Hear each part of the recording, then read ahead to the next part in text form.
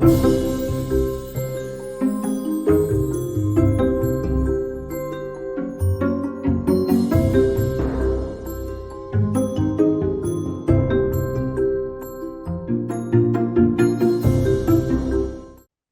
good. Well, it looks like we are at the hour. We're at noon, and we want to go ahead and kick off our Lunch and Learn. As I mentioned, we're so happy to have Amanda St. George coming to us. I was going to say from Gilbert, but actually Arizona, a little bit outside of Gilbert. And she's going to be talking to us today about a topic that I think everybody is interested in, but aren't really sure what to do with all of the time. And so it's on AI, but it's about AI in the class. So specifically for those of us at Park who are instructors and how we can learn to use this well and responsibly in our space in that capacity. So Amanda's going to be diving into this topic. We're so happy for all of you to be here today. If you have any questions, feel free to put them in the chat, or we'll have some time as well. But we just want to hand the virtual mic over to Amanda and have her take it away. So thanks so much for being with us today, Amanda. No problem. Let me get my screen shared here.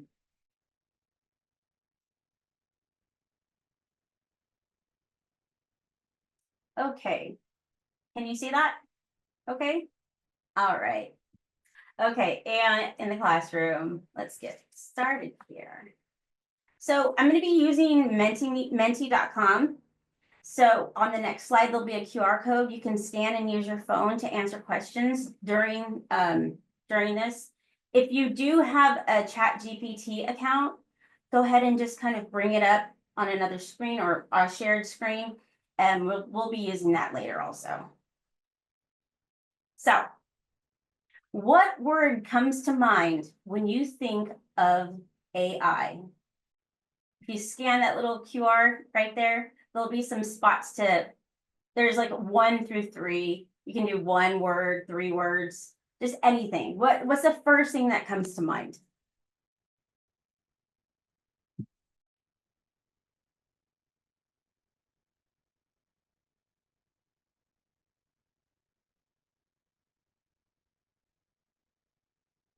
Future. I like that one. Ideas. Nice.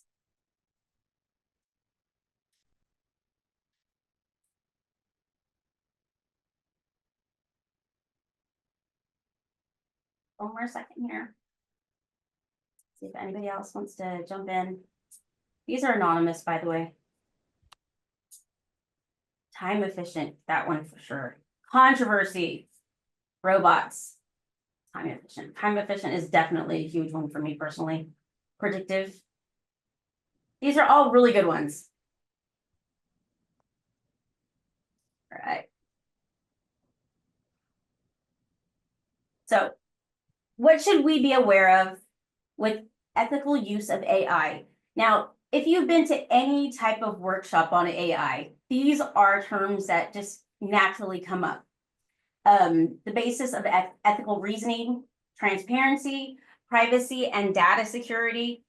These are basically the scaffolding for what everybody talks about when they discuss AI. So let's go on to the next one here.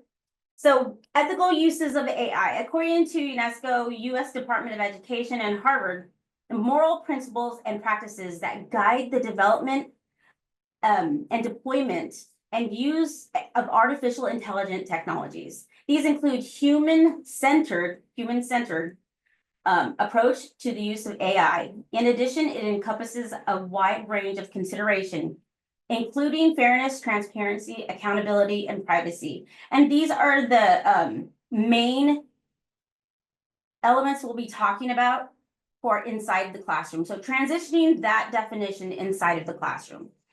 So just to get like a temperature of the room, how many are on board with AI? Yes, no, maybe so.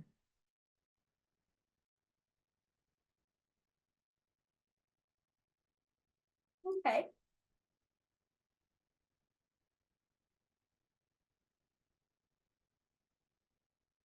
Yeah, that's probably quite normal, what I'm seeing right here.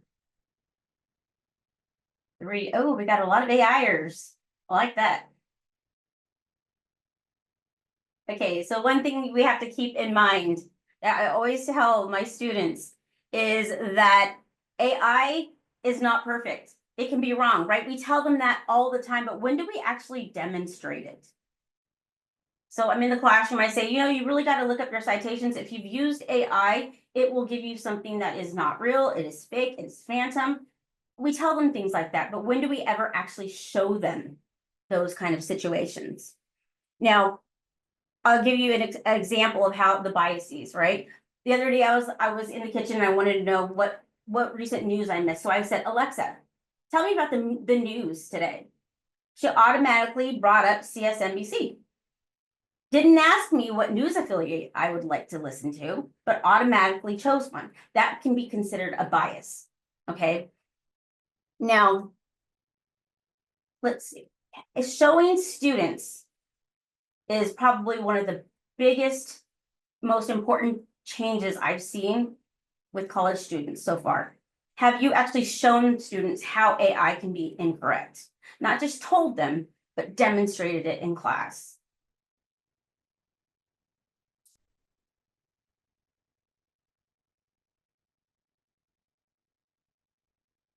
Yeah, so for the most part. So this is one of the things I bring up in class.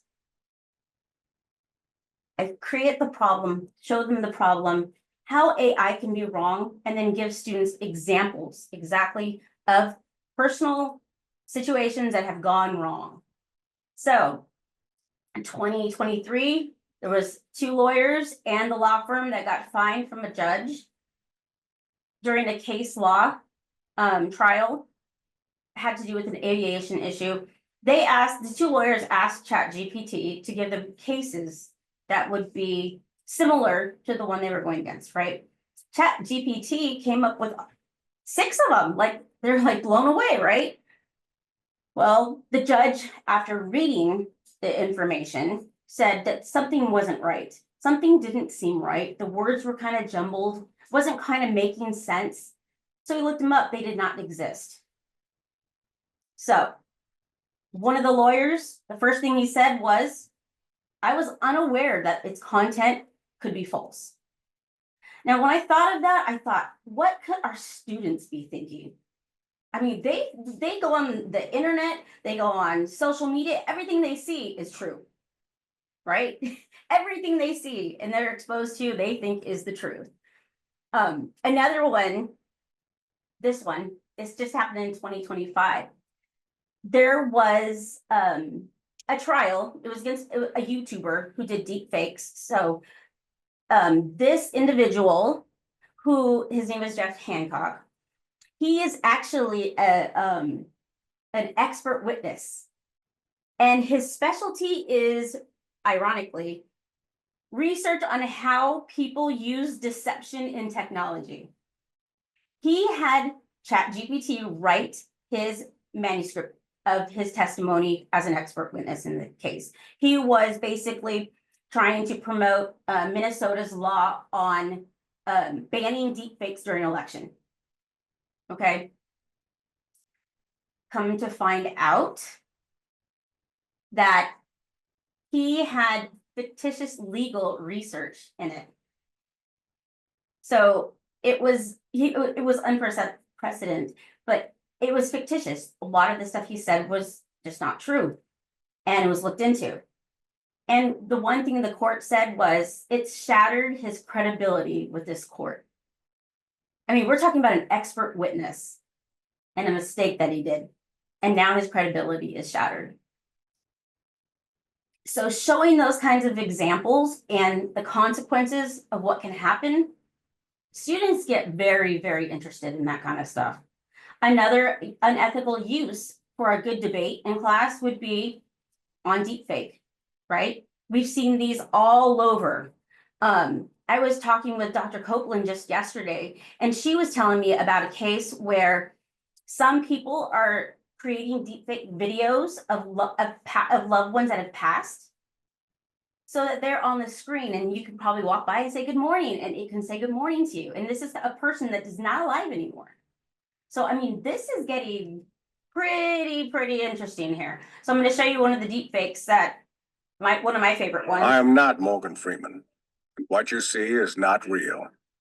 Well, at least in contemporary terms, it is not. What if I were to tell you that I am not even a human being? Would you believe me? What is your perception of reality? Is it the ability to capture, process, and make sense of the information our senses receive? If you can see, hear, taste, or smell something, does that make it real? Or is it simply the ability to feel? I would like to welcome you to the era of synthetic reality. Now, what do you see?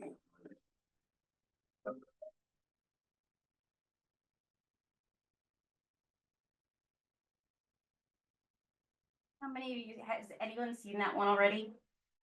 If you look just at the top at Morgan Freeman, it looks just like him. How to convince your Sounds nervous just system it's like just him. a sip. It's really, I'm almost to the point of creepy, right? Because it's not him.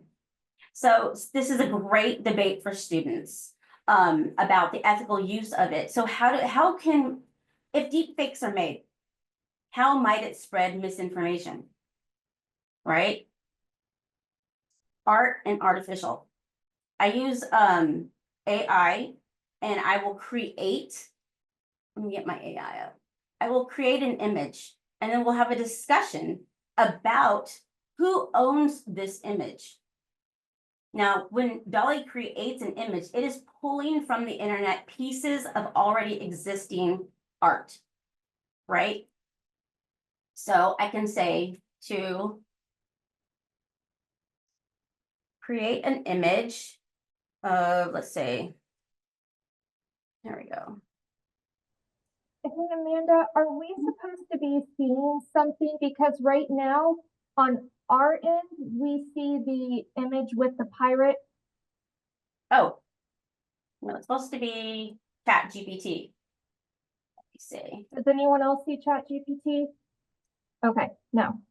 We're just seeing your presentation. Okay, what about now?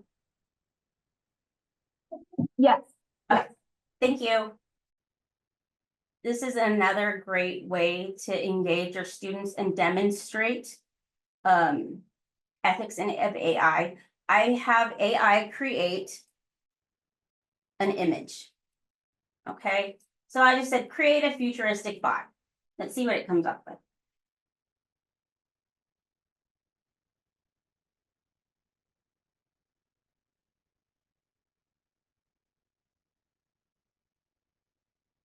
Okay.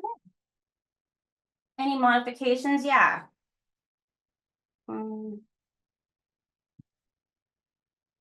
Create a body with it. Now, this would be really good for an art class, a communications class, anything like that. So I'm about to do is right click on it and do a Google image search. And from that, try to figure out what pieces came from where. And then have a discussion on who owns it. Who owns this image? Is it art? Is it not art? Is it artificial? So I'll do like a Google search. And then I'll kind of look for the images and you will find it if you look really hard enough. You will there's like a building in New York looking area behind it. This one kind of has something similar. I'll just start piecing together all these little types of images that came to create this. So this came from little pieces of all of these little images to create that. And it's a good conversation of, is it art? I have a colleague who would say, yes, it is art. I would say no, because they're taking it from other existing art. And her comeback would be, all art is inspired by something. Right? So I'm like, yeah, that's true. All art is inspired by something, but I didn't draw this. I didn't make this. You created it. So that's a really good one for creating like doubt, I guess you can say, with students. Can you see my presentation now? Okay. So Those are all really, really easy ways to show students, not just tell them. It's like with children, you say. I think you have to close the chat. Sorry, we just see the Oh. website right now. Okay. Let's. Oh. There we go. That good? You got it. Thank you so much. Keeping different screens, so yeah, it's like when you talk to children, you say, go do the dishes. They say, why? You tell a student in class, AI can be wrong. They think why. They might not say it, but they think it for sure. So now I'm giving and demonstrating ways that it can be incorrect. So the next thing we would talk about is transparency. I always make sure that in my syllabus, I have exactly what I want it to say about the use of AI. Now, the most important thing with this is that you bring it to students' attention. So either in a syllabus quiz, if you teach online, do a walkthrough video to be exact on what you want.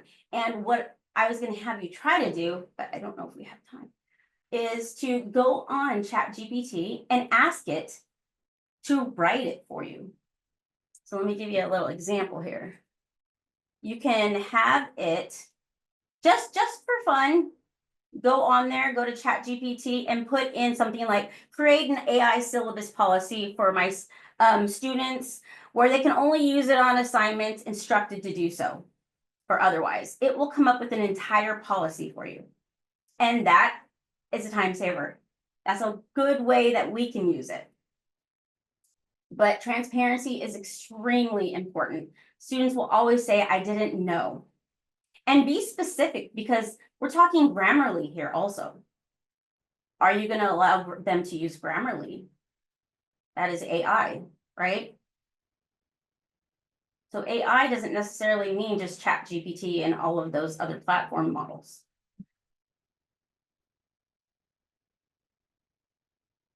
So this is what, this is a good way to do an entrance into ChatGPT is to have it write a policy for you.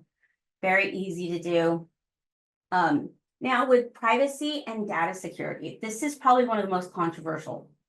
So AI privacy involves protecting personal information from unauthorized access. Data security is ensuring that data is restored, processed, and transmitted securely without breach of unauthorized access. So when do we see this happening? AI plagiarism checkers is a very big one. And I'll bring it up right now. But first, let's see. I'm just curious about this. Do you think it's acceptable to run a student's paper through a plagiarism checker for AI without their consent?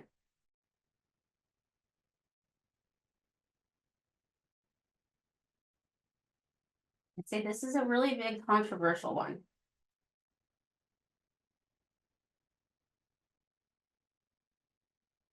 Okay. So the way AI systems work is they're required to use large amounts of data, and it raises privacy concerns, including copyright laws, intellectual property rights, and FERPA. Using these tools, many of these tools are not at the place right now, today, where they can guarantee you 100% that that information is going to be safe. Okay. Something even like social media and our smartphones know where we're at, right? They track us. Tools like Turnitin and Grammarly use AI for plagiarism, but they also collect and process data. And if you remember, we used to use Turnitin. There was a little box at the bottom that students would check mark when they turn their paper in. That was their consent. And during that time, before Turnitin turned into mostly AI, and it looked for plagiarism on the web, it has what's called an encryption process. So it encrypts the data from the student and then sends it It's in the cloud. And then when it sends it back, it's encrypted again and sends it back. So that is basically a security policy. Google Assignments, right now, the only approved Park method of checking for plagiarism is Google Assignments, which is automatically integrated in every single Canvas course. And if you need to know how to use that, there is a video in FCI. But right now, that is the only approved manner. Why? Well, AI changes so frequently. I started this presentation last year, and in that time frame, I had 5 things change. So approved checkers, Turnitin used to have a privacy encryption process. Now it's kind of integrating with AI, different AI platforms. GPT-0 didn't have one, now it does. So things have changed drastically within, I would say, 2 or 3 months. Now, one thing to remember is, although these all sound like great ways to check for plagiarism, they are not 100% accurate, and you'll hear that over and over again. But I will say we are getting really close to them being very accurate. If you use GPT-0, just know that there's no privacy encryption. It is not FERPA compliant, so that student's information is all over the web. Floating, they own it. And there are no clear intellectual property rights. So they can store the information as long as they want. They can claim rights to it. And all of these other ones you see, end-to-end encryption, yes, meets data privacy laws, but whose data privacy laws? FERPA's or their own policy? Does not store or claim ownership information. No, but does it use it to train its model? So there are a lot of legalities, I guess you can say, when it comes to using these and generating AI content and putting students' work in there, even if you remove the identifiable factors. Okay, because if that's their property, you've now compromised it. And just out of curiosity, did you know about the encryption process?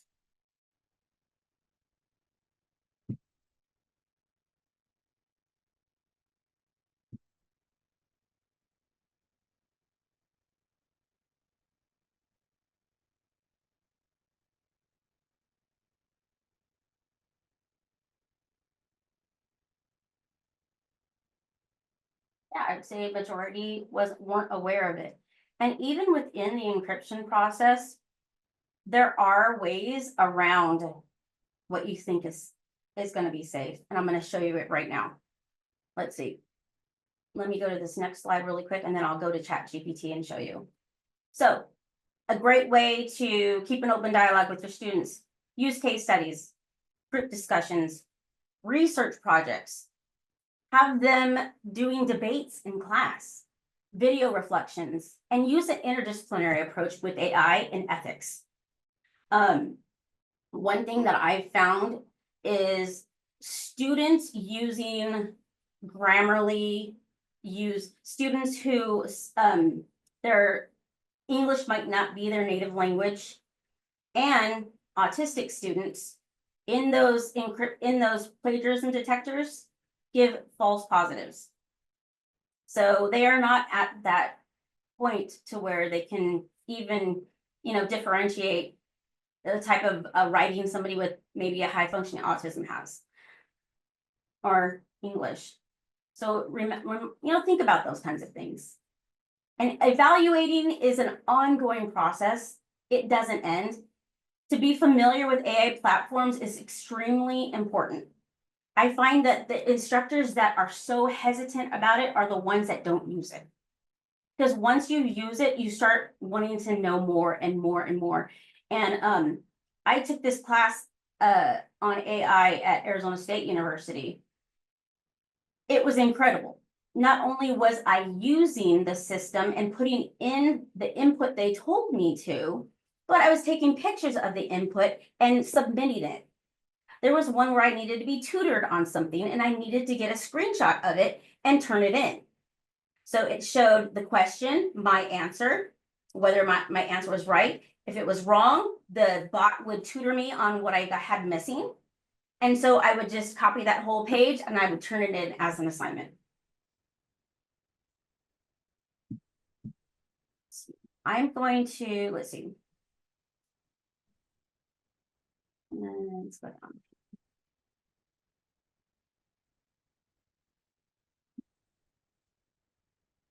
So this is the call to action. But I want to go to Chat GPT really quick. So I gotta find it on one of my windows here.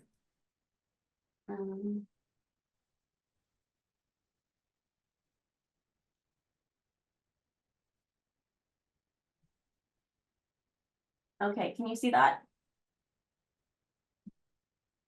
Hopefully you guys can see that. Yes, One- we can. Thank you. Yeah, one thing to note in all of these types of models, many of them automatically default to use your information. So say I didn't want the model to train after me. I didn't want them to. I let my bot train after me, but say I didn't want to.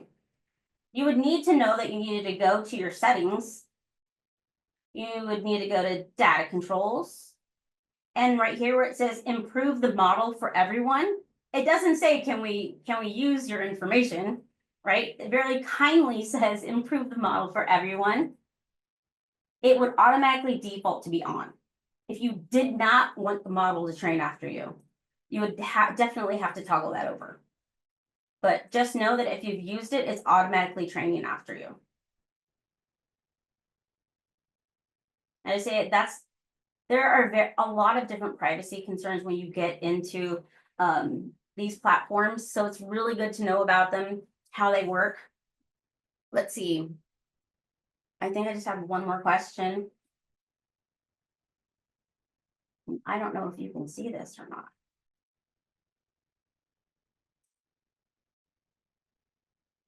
So if you don't use AI, let me unpause my screen real quick.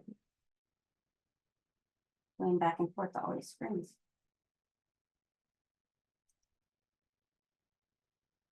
Okay. If you don't use AI, it's difficult to know how to judge it. So what mindset might you want to go into 2025 or this next term? What mindset are you going to go into? Is anything changed?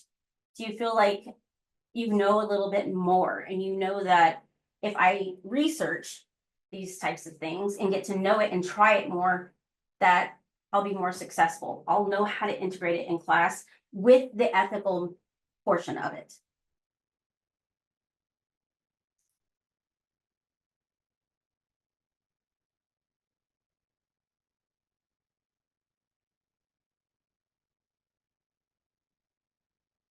Or just anything you want to say. Just go to Mentimeter and put in that code.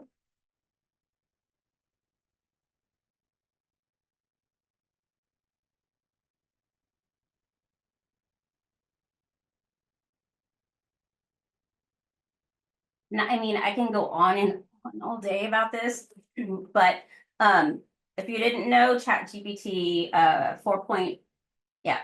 4.5 is coming out in the next few weeks. It's going to be the last non-decision making model. So that means that ChatGPT 5 coming out is going to have a chain of thought approach, which is human-like, but that will be the next one within just a few weeks, maybe months. ChatGPT 0.4 will be out in the next few weeks, and then 5 following that. But like I said, it's going to be the last model that will have a non-decision making train of thought. So from here on out, when 5 comes out, it will have human-like answers and have a way of like making different decisions. Now, we do know that AI is still based off of probability. It is not based on accuracy, but that's soon changing. So a lot to think about. So I think the best bet here is to know exactly when you're using something like this to question and know exactly how it works. All right, is there any questions? And I'd encourage you, if you have any questions, I know we just have a minute or two left, but if you have questions that you'd like to ask, go ahead and put them in the chat. Because even if we don't have time to answer them all today on this call, we can still follow up with that. So if you have questions for Amanda, please go ahead and put them in the chat. I think it's hugely helpful, even just knowing how to turn off the data collection for the model. And so for those of you, again, it's go to settings, data controls, and turn off that improve the model for everyone. And then that way it's not going to be using any data that you integrate in there. Yeah, for Tracy, we don't create the Google accounts for them anymore, but they do exist. And when you go into assignments, so if you go into your Canvas and you just go to assignments and external, you're gonna submission type is going to be external tool. Yeah, I've done that before. The problem is where we don't provide accounts for Google's, the students have to use their personal Google account. So my question is, that's something that I think more is a system thing that you guys might want to think about. But if we no longer offer Park Google accounts for students and staff, can we ask or can we let teachers use that feature knowing that students have to create or use their personal Google account to submit? And I don't have any answers to that, but that's my, but I like the idea of containing it in Google, but we don't offer that anymore. Yeah, sometimes it's actually an automatic default if they just put a G in it. That's how I get around it. I put G dot. Yeah, so that's how you kind of get around it because we are still an institution. So yeah, it'd be easier to get to a plagiarism checker. I think we're going to be adopting one of these major ones like in the future, near future, because some of them are getting really close to being super accurate. But you know, it's a robot, so it's never really going to be 100%. Hey Amanda, we do have questions in the room here. So can you clarify where you put that G dot? You're muted. I'll put it in the chat. Thanks. So Thank you, Amanda. And I think for everybody on the call, we know this is still just going to be an ongoing conversation. We will continue to have lunch and learns and opportunities, 2-minute mentors that we're working on now to bring out just information that's relevant. I think one thing that as an institution Park is looking at is also creating guidelines for students and guidelines for faculty. I know that's in the work with academic affairs right now.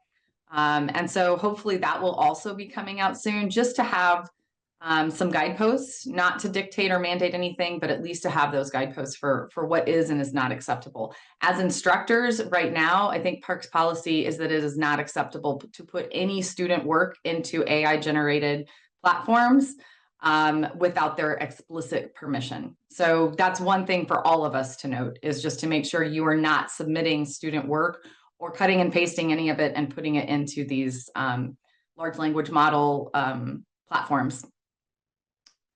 I know some folks are like, oh, this is great, I'll just plop it in there and then I'll have feedback and then plop it back in my course, and that's really not okay. So just FYI, we want to make sure we're following best practices and ethical use as well. especially with discussion boards, what you can do is if you like trending in the discussion board, you can go to ChatGPT and say, I noticed such and such that this is happening in students, and it can give you good feedback, but you have to say it in a way where it's like your idea.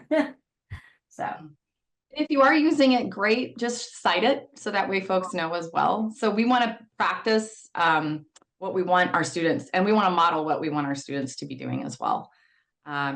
So again, showing them how to cite use of AI and citing it ourselves will be 2 great practices to model for our learners. I know we're at time. We could probably, talk about this for days, but I just want to be respectful of your time and of Amanda's. Thank you so much, Amanda, just for even giving us some really practical, tangible ways that we can show them the pros and cons, the ethical use and considerations for it in our classes, whether that's face-to-face or online. So thank you so much, Amanda. We really appreciate your time and expertise sharing today. And thanks for all of you who are dedicated to improving your own practice and joining us. We really appreciate having you here. So enjoy the rest of your afternoon and your lunch, and we'll see you at the next one. We'll be offering another session on AI, especially month after next as well.